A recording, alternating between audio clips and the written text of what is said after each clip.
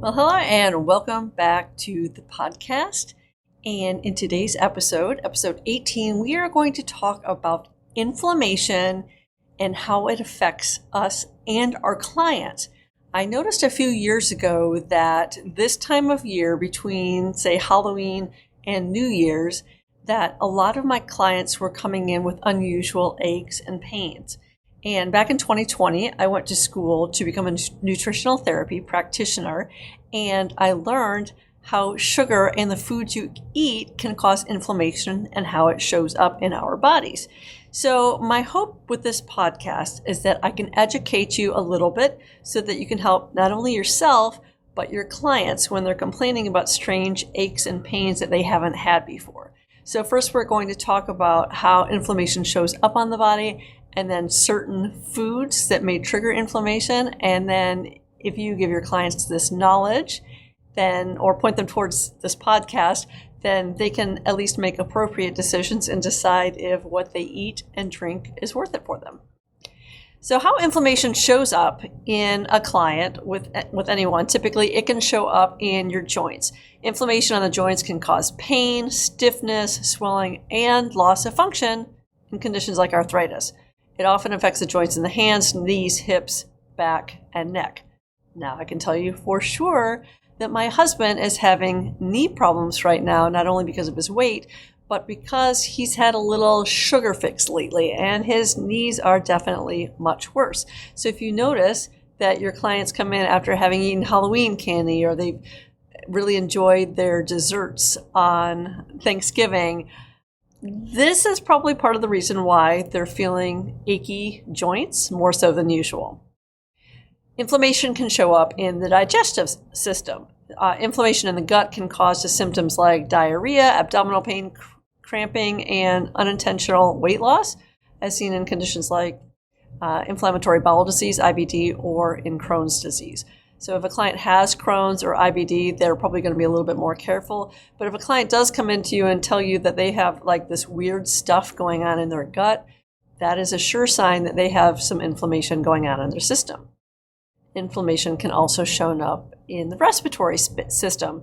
Inflamed airways and lungs can lead to coughing, wheezing, chest tightness, difficulty breathing, like with asthma or allergies. Now, this time of year, our allergies tend to be bad. When the leaves are crumbling and falling, especially when they're dry, when the weather changes. A lot of my clients and I have nasal congestion. So that can come from seasonal allergies, but it can also come from foods that you eat and things that you drink. They may come in with skin issues. Inflamed skin can show up with redness, rashes, hives, eczema, acne, itchiness. Interestingly, the skin issues, if they can correlate a lot of times with asthma, and that is a gluten intolerance. But I'll talk about other foods in a few minutes.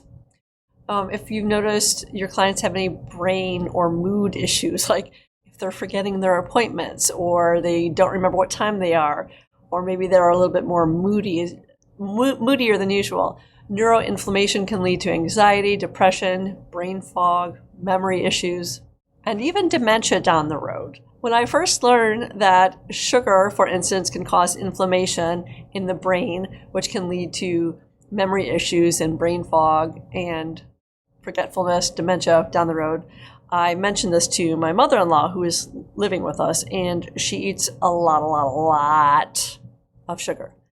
And the first thing she said was, "Oh, that doesn't cause any problems with me." And my husband immediately burst out laughing because she clearly has brain fog. So like if you're walking around the grocery store and you go in there for, say you go in there for one certain thing, like you need a piece of chicken. And you're like, I'm not sure what's going on here. Consider some of the foods that you've been consuming, because it definitely will affect your memory and brain fog. Of course, it can always show up in heart and blood vessels. Inflamed arteries can contribute to cardiovascular disease, heart attacks, and strokes. Obviously, if your clients are experiencing that, they're not going to be showing up in your office. But it's good to know if they've experienced this in the past, how to treat them in the future, because you're not necessarily going to give them the same massage that they had before. You may, but you may not. Inflammation can also show up as an autoimmune disease like rheumatoid arthritis, lupus, type 1 diabetes, which you really can't do anything about, but also Hashimoto's. There are lots of autoimmune diseases that are caused by food intolerances because it attacks the thyroid, like Hashimoto's. It's all very confusing and convoluted sometimes, I know, but if a client shows up and they've experienced, say they've just been recently diagnosed with Hashimoto's, then that means that gluten is attacking their thyroid and their thyroid is becoming inflamed. And then lastly, muscle and connective tissue can harbor inflammation in the muscle fibers and the surrounding tissues. It can cause muscle aches and pains throughout the body. So if your client is eating a lot of junk or foods that they shouldn't be eating, then say maybe they're getting more sore than usual when they work out, or maybe they wake up stiff and sore, then those are some things to take into consideration. All right, now let's lead to the good part, or the bad part, depending on how you feel about this. What kind of foods can cause inflammation? Number one is refined carbohydrates. Yep, that kind of stuff that we eat, especially between October and New Year's. So we're talking about foods made with white flour, added sugars, other refined grains like white bread, pastries, sodas, sweets. They're high in the glycemic index. That means they convert to sugar quickly. They can cause blood sugar spikes, and then conversely, blood sugar crashes, like where you feel a need in the afternoon, like you need to have a few dozen cookies or a sleeve of Oreos. That is caused by sugar crashes in refined carbohydrates. Trans fats, which is found in many processed foods and fried foods like cookies, pastries, chips, and fast food. Trans fats increase levels of the bad LDL, bad cholesterol, LDL, which I always remembered as lethal. Bad cholesterol is LDL, and it lowers good cholesterol, HDL. HDL, H for healthy, L for lethal, if you need help remembering that. Omega-6 fatty acids. While essential omega-6 fatty acids are overabundant in our Western diet, foods like corn, soybean, sunflower, and safflower oils are high in omega-6s and can promote inflammation when used in excess. And really, in general, typically those foods should be avoided. You want to use healthier oils such as olive oil, coconut oil, or avocado oil. So any oil that comes from a seed will typically cause inflammation. And canola oil is like really, really bad for you. High intakes of alcohol, especially in chronic heavy drinkers, is associated with widespread inflammation. And I have noticed that in a lot of my clients when they're going to holiday parties, they're drinking for Thanksgiving, they'll have a few cocktails in the evening, or they're super stressed about Christmas shopping and their budget, blah, blah, blah, all the things. And they drink a lot more. And if you're not used to it, or if you're drinking more than usual, alcohol can cause significant inflammation. And honestly, alcohol is really a poison. So some people will say like a glass of wine a day is fine, and maybe it is, but in general, our livers are not meant to process alcohol. So as terrible as that is for most of us to hear, unfortunately, that is the truth. Other things we want to consider avoiding are things like processed meat. And we're talking like a lot of bacon, although you can buy nitrate-free bacon. Sausage, you can buy good quality sausage. Ham, if it's overly processed with nitrates, beef jerky, and other processed meats, because they're high in they're high in saturated fats, preservatives, and sodium. Now, any of those things can be taken in consideration, and you can buy good quality ham and beef jerky and nitrate-free, sugar-free bacon on nitrate-free bacon. You can eat better quality processed meats, but in general, you want to stick with meats that are more like chicken, beef, bison, free-range eggs, not a meat, but a meat product. Fish, fatty fishes like salmon are really good for you. And so be mindful of all that, particularly because of nitrates and also preservatives and those kinds of foods. Excess refined salts. Adding salt to your food is fine if you're eating whole foods, but if you are eating a lot of salted foods that come from packages like in salad dressings. Like typically, I remember a doctor telling me once years ago that salad dressing in particular has to either have a lot of sugar or a lot of fat or a lot of salt in it to make it taste good. And if you look at traditional salad dressings, if you actually look at the ingredients in the bottle, you will see that that is completely accurate. They're going to have at least one, if not all three of those. So be mindful of salt. And this comes from like canned foods too. Like I said before, if you add like Himalayan sea salt to your food, then it's not really that big of a deal. But if you're eating a lot of processed foods, like I said, canned foods or potato chips or things that come in boxes, those are more likely to have high amounts of refined salt. And as I mentioned before, cooking oils, vegetable oil, corn oil, not good. When they're subjected to high heat and oxidation, it can produce inflammatory free radicals. And dairy. Now, some people can do dairy okay, but dairy products like milk and cheese can trigger inflammatory responses with those who are sensitive to milk or lactose or allergies. And now, if you really like dairy products, one of the things you can do is join a farmer's a farmer's group. Now, raw milk is actually not bad for you at all if you like cow's milk. I personally do not. It makes me kind of mucousy and gaggy. I know, sorry, that sounds disgusting.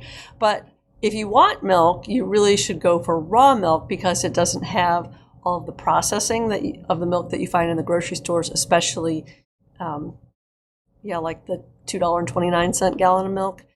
Even the organic milk at the grocery store has been highly processed. So I just found a website called realmilk.com, REALMILK.com, and it's a raw milk finder.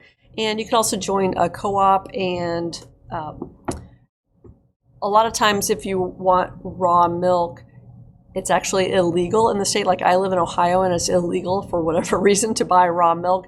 But if I'm a member of a co-op, I technically own part of a farm, then I can drink the milk as a farm owner, even though I own like 1/600th of a farm.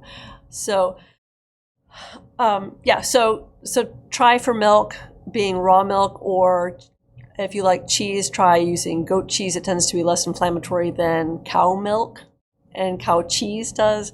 And of course you could also go with like almond milk, oat milk, the not milk, the not milks. So we went over, I'm just going to review real quick again, those things that are primary causes. Actually, what I'm going to do is I'm going to tell you the things that I see the most of with my own clients, my massage clients and my nutritional therapy clients.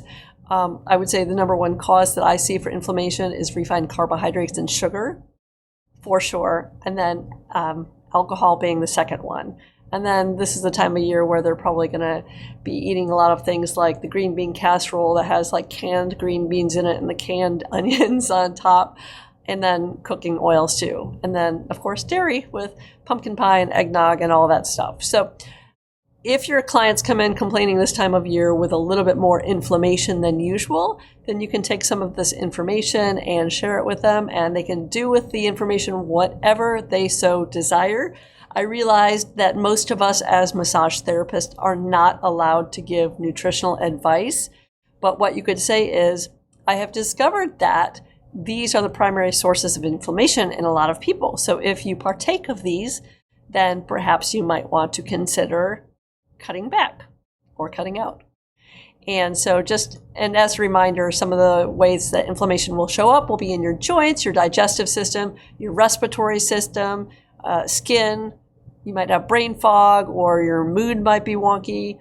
It could show up in your heart and blood vessels, which obviously as a massage therapist, we cannot do anything about. It can show up in autoimmune diseases like Hashimoto's or rheumatoid arthritis or lupus, and also, which we will see, in muscles and connective tissues. So in my business, I see clients coming in primarily with joint issues this time of year, which maybe, some people say it's through the cold as well, but that's not what we're addressing in this podcast episode. But problems with the joints and muscles and connective tissues are probably the things that you will see in your own practice. So feel free to share this information with your clients or make some notes of it and just say, hey, here are some talking points that I've just learned about that may be able to help you in this holiday season feel better. And of course, schedule your massage. You always want to say that. And you know what you could do also is take some of this information, grab the transcript of it. If you're watching on YouTube, you can just get the transcript and you can make a little PDF or an email and send that to your clients with some key points that you think might relate to your clients and might be of interest to them. So that is it for episode 18. We talked about inflammation, the way it shows up in the body, and foods that may cause inflammation in your own clients. And if you have any questions, of course, please feel free to email me at hello@massagemomentum.com. And also my website, which was down for a little bit, is back and running, and that is massagemomentum.com. And we also have some resources in there and freebies for you if you are interested in something like that. I hope you are very healthy this holiday season and keep your massage momentum. We will see you in the next episode. Bye. Thanks for joining us today. Be sure to hit that subscribe button and turn on notifications so you never miss an episode. Leaving a review helps other massage therapists find the podcast too. I'd love to hear from you. Leave a comment and let me know what topics you'd like for me to cover in future episodes. Your feedback is as valuable to me as massage is to your clients. Take care, stay inspired, and keep embracing your massage momentum. We will catch you in the next episode.